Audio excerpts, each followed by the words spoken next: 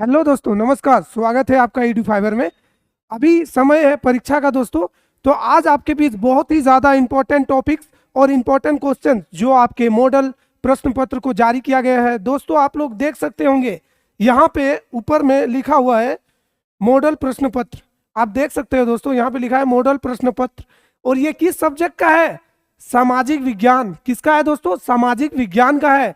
Total marks कितना है? 40 marks. और समय कितना है आपके पास? 1 घंटा 30 मिनट। तो दोस्तों आज हम इसके जितने भी इस मॉडल प्रश्न पत्र में क्वेश्चन आए हैं सबका उत्तर जानेंगे और एकदम सटीक और एकदम सरल तरीके से जानेंगे दोस्तों।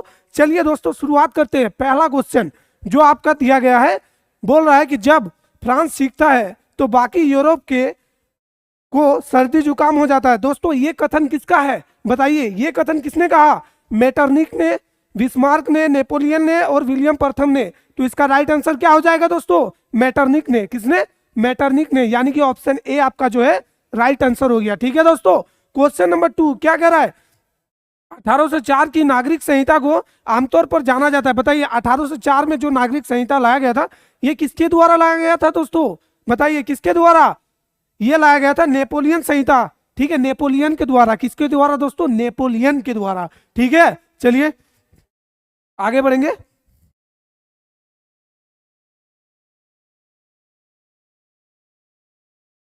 क्वेश्चन नंबर 3 क्या कह रहा है दोस्तों? बाबा रामचंद्र कौन थे? बताइए बाबा रामचंद्र जो है कौन थे? बताइए। स्वतंत्रता सेना, क्रांतिकारी, गिरमिटिया मजदूर या शांतिदूत? बताइए इसका राइट आंसर क्या होने वाला है? Option number B. क्या थे? गिरमिटिया मजदूर। क्या थे? गिरमिटिया मजदूर थे। ठीक है दोस्तों। क्वेश्चन नंबर 4 क्या कह रहा है? गांधी इरविन समझौता कब हुआ था? ऑप्शन देखिए दोस्तों, 3 अप्रैल 1931 और ये है आपका 3 अप्रैल 1932। यहाँ पे मिस्टेक हो गया है, 5 अप्रैल 1931 और 3 अप्रैल 1932। तो इसका राइट आंसर क्या होने वाला है दोस्तों? क्या होने वाला है? 5 मार्च 1931। ठीक है, यहाँ पे अप्रैल है लेकिन यहाँ पे होना चाहिए था मार्च। क्या होना चाहिए था दोस्तों? मार्च होना चाहिए था। क्या? मार्च होना चाहिए। तो आपका राइट आंसर क्या होगा? 5 मार्च 1931। ठीक है दोस्तों। चलिए अगला क्वेश्चन। बंकिम चंद्र चट्टोपाध्याय द्वारा रचित वंदे मातरम गीत किस उपन्यास से लिया गया? दोस्तों आप लोग को पता होगा हमारे जो वंदे मातरम गीत है, राष्ट्रीय गीत, इसको किस उपन्यास से लिया गया है? ऑप्शन ए आनंद मठ, ऑप्शन बी मृगालिनी, ऑप्शन बी में क्या? दुर्गेश नंदिनी और ऑप्शन डी में कपाल कुंडलम। तो राइट आंसर क्या होगा दोस्तों? आनंद मठ। किससे लिया गया है? आनंद मठ से। ठीक है। क्वेश्चन नंबर 6 क्या कर रहा है? ब्रेटन वुड्स सम्मेलन, संयुक्त राष्ट्र मौद्रिक एवं वित्तीय सम्मेलन कब हुआ था दोस्तों? ये कब हुआ था? 1942, 1946, 1944, 1948? कब हुआ था बताइए दोस्तों? कब हुआ था ये? 1944 को। कब हुआ था? 1944 को। चलिए 7 नंबर क्वेश्चन क्या कर रहा है दोस्तों? 7 नंबर क्वेश्चन क्या कर रहा है? किस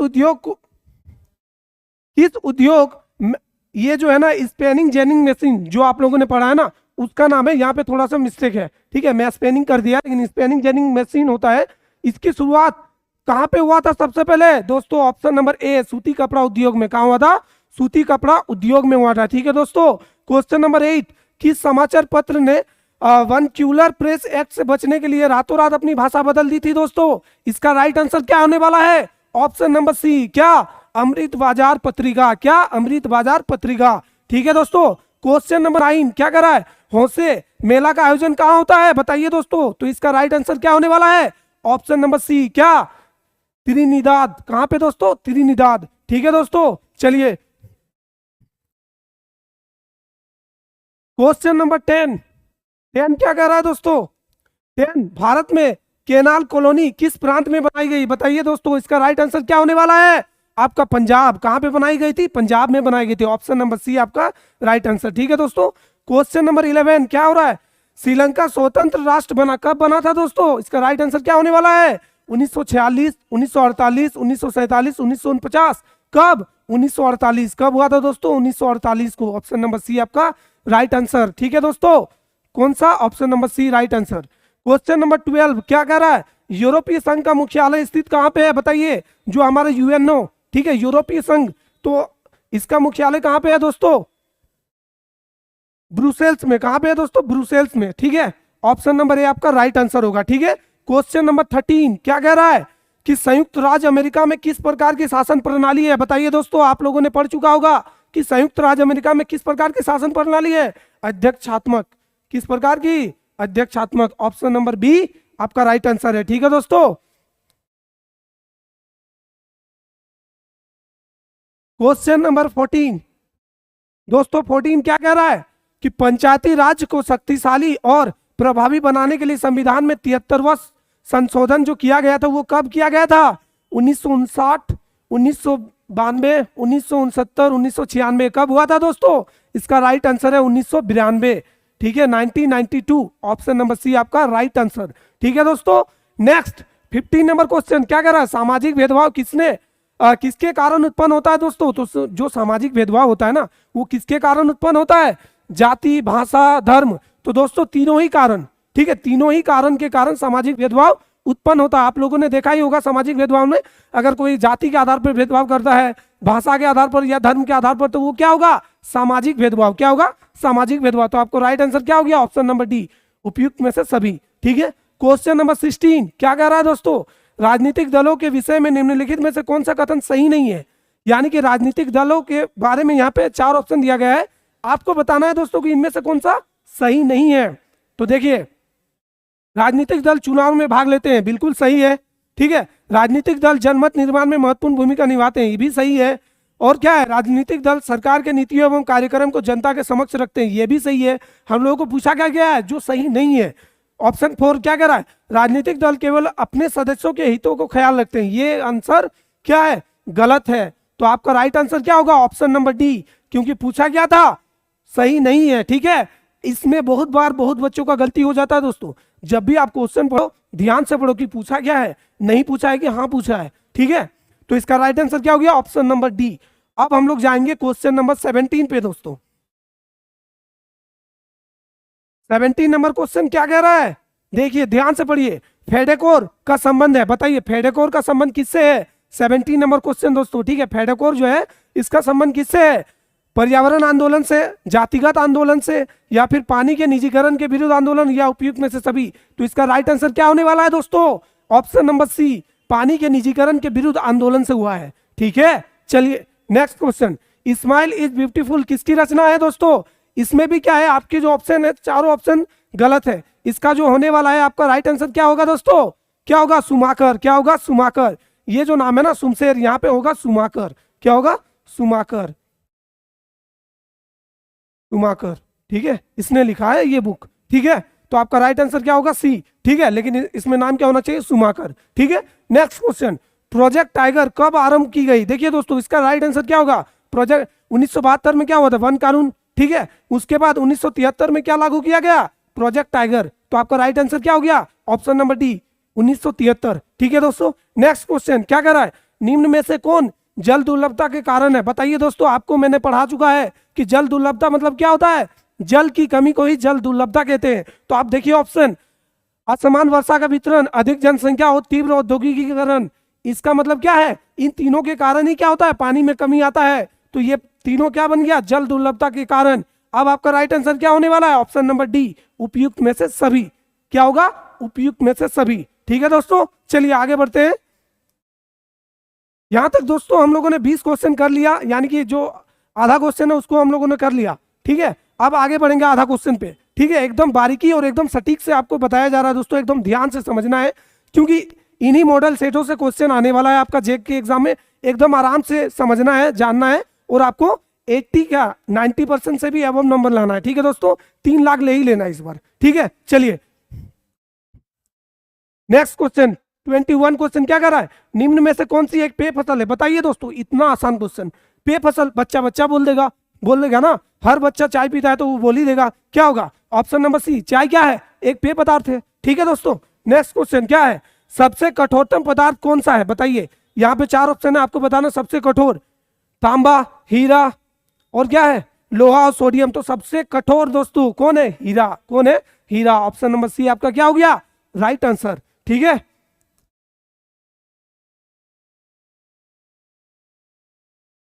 क्वेश्चन नंबर 23 क्या कह रहा है दोस्तों, जमशेदपुर में स्थित निजी क्षेत्र का लौह इस्पात उद्योग का क्या नाम है बताइए।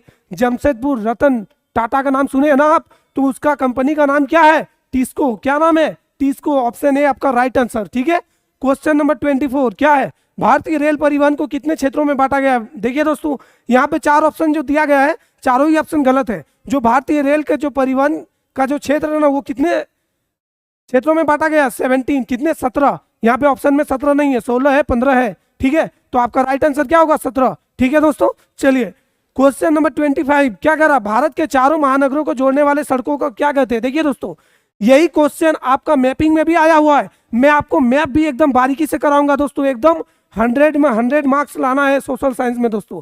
ठीक है, क्योंकि ज्यादातर बच्चों का 97, 98, ठीक है, 96 नंबर आता है, और बाकी नंबर क्यों छूटते हैं, मैपिंग में छूट जाते हैं। मैपिंग में आपको एकदम ही बारीकी से समझाने वाला हूं दोस्तों। तो देखिए, ये क्वेश्चन जो बोल रहा है कि 4 महानगरों को कौन से सड़क मार्ग जो है जोड़ता है, कौन सा सड़क मार्ग, स्वर्णिम चतुर्भुज, ये जो है मैपिंग में भी पूछा है। ठीक है दोस्तों, तो आपका राइट आंसर क्या हो गया, क्वेश्चन नंबर, आपका राइट ऑप्शन कौन सा हो गया, ऑप्शन नंबर सी। ठीक है, स्वर्णिम चतुर्भुज। ठीक है दोस्तों, चलिए नेक्स्ट, कपास के फसल को कितने पाला रहित दिनों की आवश्यकता होती है, यानी कि जो वर्षा है उसकी बात कर रहा है दोस्तों।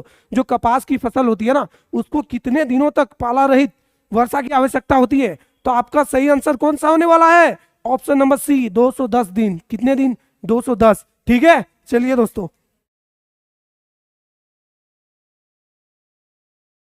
नेक्स्ट क्वेश्चन 27 क्या कह रहा है दोस्तों, लोगों के लिए विकास का अर्थ किस प्रकार के होते हैं बताइए। आप लोगों को मैंने विकास चैप्टर पढ़ाया है, तो उसमें बताया था कि विकास हर एक लोगों का अलग अलग तरह का जो सपना होता है उस टाइप से होता है ना। विकास क्या है, सभी लोगों के लिए अलग अलग क्या है, अलग अलग टाइप्स के विकास हो सकते हैं। जैसे यहाँ पे ऑप्शन क्या है, समान, सामूहिक, भिन्न, व्यक्तिगत। तो बताइए, मैंने बताया अलग अलग यानी डिफरेंट, तो डिफरेंट में क्या आ जाएगा, भिन्न।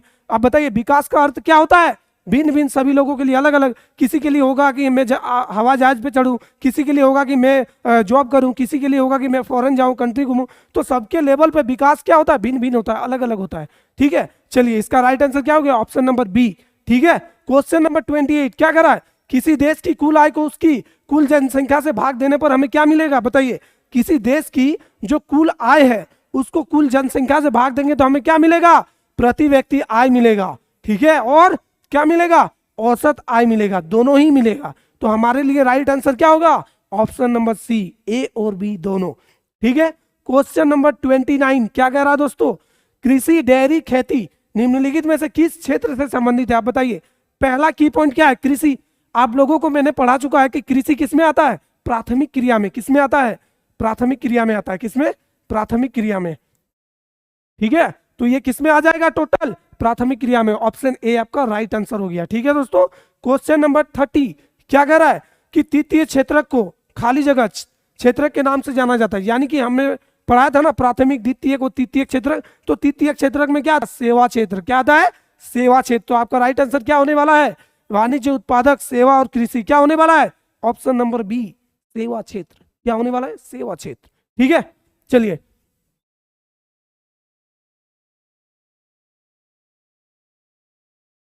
क्वेश्चन नंबर 31 दोस्तों क्या कह रहा है कि बैंक जमा राशि के बड़े भाग का उपयोग किस लिए करते हैं बताइए। बैंक जो है जमा राशि जो रखता है उसका किसमें यूज करता है, ऋण। किसमें, ऋण में यूज करता है। किसमें, ऋण में यूज करता है। ठीक है, क्वेश्चन नंबर 32 क्या बोल रहा है, विनिमय का माध्यम किसे कहा जाता है बताइए। आप लोगों को मैंने पढ़ाया था वस्तु विनिमय, ठीक है, मुद्रा संचलन किस तरह से होता है। तो विनिमय का माध्यम किसको बोलेंगे हम लोग, मुद्रा को बोलेंगे। किसको बोलेंगे, मुद्रा को। ऑप्शन सी आपका राइट आंसर हो गया। क्वेश्चन नंबर 33 क्या कह रहा है, विश्व व्यापार संगठन की स्थापना कब हुई थी दोस्तों बताइए। जो विश्व व्यापार संगठन जो है WTO, इसकी स्थापना कब हुई थी दोस्तों बताइए। कब हुई थी, कब हुई थी। इसका जो राइट आंसर होने वाला है वो होने वाला है आपका, ऑप्शन देखिए यहाँ पे है 1971, 1981, 1991, 2001। तो आपका राइट आंसर होने वाला है 1995। क्या होने वाला है, 1995, जो यहाँ पे दिया नहीं गया है। कब हुआ था, 1995 में। ठीक है दोस्तों, तो राइट आंसर क्या होने वाला है आपका, 1995। ठीक है, क्वेश्चन नंबर 34 क्या कह रहा है दोस्तों, विश्व व्यापार संगठन का मुख्यालय कहाँ पे है। अभी हम लोगों ने क्या पढ़ा था, कब हुआ था संगठन, अब हम लोग को जानना कि इसका मुख्यालय कहाँ पे है। नई दिल्ली, जेनेवा, न्यूयॉर्क और बर्लिन। कहाँ पे है? जेनेवा में। कहाँ पे है? जेनेवा में। ऑप्शन सी आपका राइट आंसर। ठीक है, क्वेश्चन नंबर 35 क्या कर रहा है? उपभोक्ता आंदोलन का उदय कब हुआ? बताइए, उपभोक्ता आंदोलन जो है इसका उदय कब हुआ? बताइए कब हुआ? 1960 को। कब हुआ? 1960। ऑप्शन ए आपका राइट आंसर हो गया। ठीक है, क्वेश्चन नंबर 36 क्या कर रहा है? उपभोक्ता संरक्षण अधिनियम, यानी जिसको हम लोग बोलते हैं कोपरा। क्या बोलते हैं? कोपरा। क्या बोलते हैं? कोपरा। ठीक है, कोपरा ये जो है कब पारित किया गया?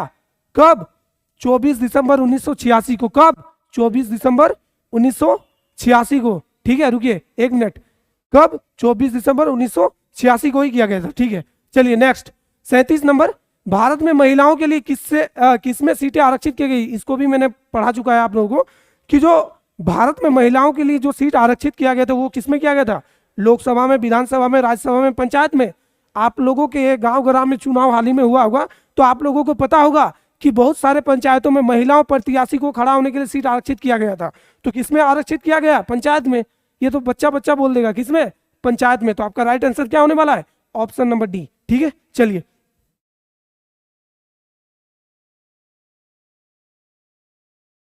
क्वेश्चन नंबर 38 क्या कह रहा है दोस्तों? वो व्यक्ति जो पुरुष और महिलाओं के लिए समान अधिकार और अवसर में विश्वास करता है कहलाता है, क्या कहलाएगा?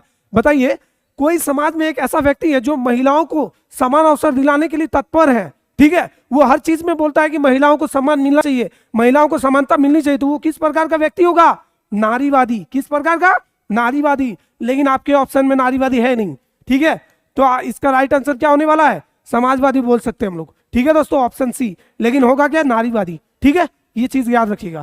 क्वेश्चन नंबर 39 क्या कह रहा है? भारतीय जनता पार्टी का मुख्य प्रेरक सिद्धांत क्या था? बताइए, भारतीय जनता पार्टी का जो मुख्य सिद्धांत है वो क्या है?